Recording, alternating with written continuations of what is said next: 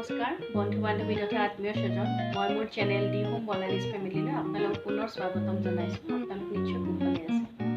কথাতে কয় নহয়, ৰাতিপুৱা খাবা ৰজাৰ দৰে, দুপৰীয়া খাবা প্ৰজাৰ দৰে, ৰাতি খাবা মহনীয়াৰ দৰে। এই কথাষাৰ সৰগত কৰি আমি ৰাতিৰ সাজ যিমান পাৰোঁ সাধাৰণভাৱে খাবলৈ চেষ্টা কৰোঁ। আলহী থাকিলে বাৰু বেলেগ কথা। আজি মই এই ভিডিঅ'টিত অতি কম সময়তে কিন্তু পৰিপুষ্টিৰে ভৰপূৰ এসাঁজ কেনেদৰেনো তৈয়াৰ কৰিলোঁ তাকে দেখাবলৈ লৈছোঁ। আশা কৰোঁ আপোনালোকে ভিডিঅ'টি চাই কিছু হ'লেও উপকৃত হ'ব।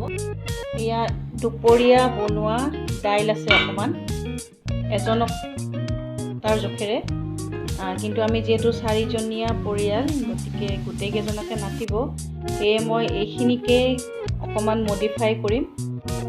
ৰাতিৰ তৰকাৰীখনৰ বাবে মই মজলি আকাৰৰ আলু এটা এনেদৰে সৰুকৈ কাটি লৈছোঁ, গাজৰ এটা কাটি লৈছোঁ,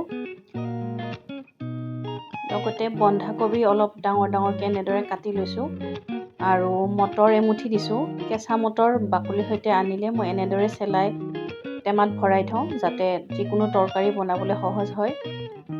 লগতে ব্ৰকলি এটুকুৰ এনেদৰে সৰুকৈ কাটি নিমখ আৰু গৰম পানী দি অকণমান সময় তিয়াই থৈছোঁ।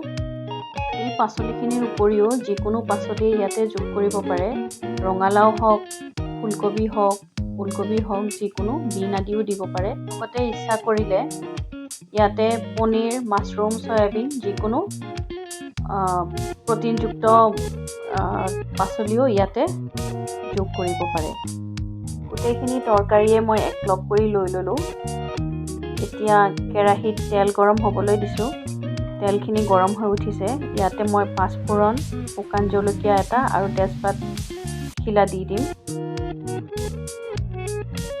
ফোৰণখিনি ফুটি উঠাত পিঁয়াজ অকণমান সৰহকৈ মই ইয়াতে আধা ভজা কৰি ল'ম। তাৰপাছত আদা নহৰুৰ পেষ্ট এচামুচ, লগতে বিলাহী এটা অলপ ডাঙৰ ডাঙৰকৈ টুকুৰা কৰি ইয়াত অকণমান ভাজি ল'ম। বিলাহীটোৰ কিন্তু গুটিখিনি পেলাই দিছোঁ। মছলাখিনি ভালদৰে সিজি উঠিছে। এতিয়া ইয়াতে মই 2টা কেঁচা জলকীয়া কাটি দিছোঁ, লগতে আধা চামুচ জিৰা গুড়ি দি দিছোঁ আৰু এতিয়া মই ইয়াতে কাটি থোৱা পাচলিখিনি দি ভালদৰে ভাজি ল'ম। ঢাকোন মাৰি কম জুইত ভাজিম যাতে ভালদৰে সিজি উঠে। লগতে তৰকাৰীখনত মই জোখমতে নিমখ আৰু হালধিও দি দিলোঁ।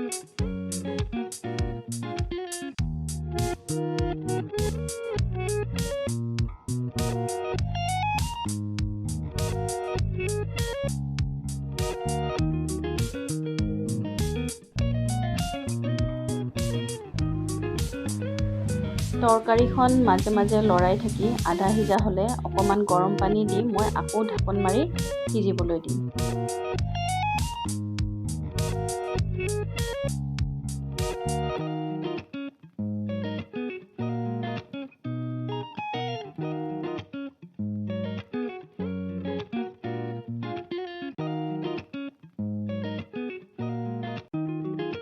তৰকাৰীখন ভালদৰে সিজি উঠিছে, তথাপিও হেতাখনেৰে মই অকণমান ভাঙি দিছোঁ। এতিয়া ইয়াতে মই ৰৈ যোৱা দাইলকণ ঢালি দিম, লগতে অকণমান তৰকাৰীখন যিহেতু ভাতেৰে খাম সেয়ে পনীয়া কৰিবলৈ অকণমান আৰু পানী ইয়াতে দি দিম। জোখমতে পানী দি কিছু সময় মই তৰকাৰীখন জাল খাবলৈ দিম।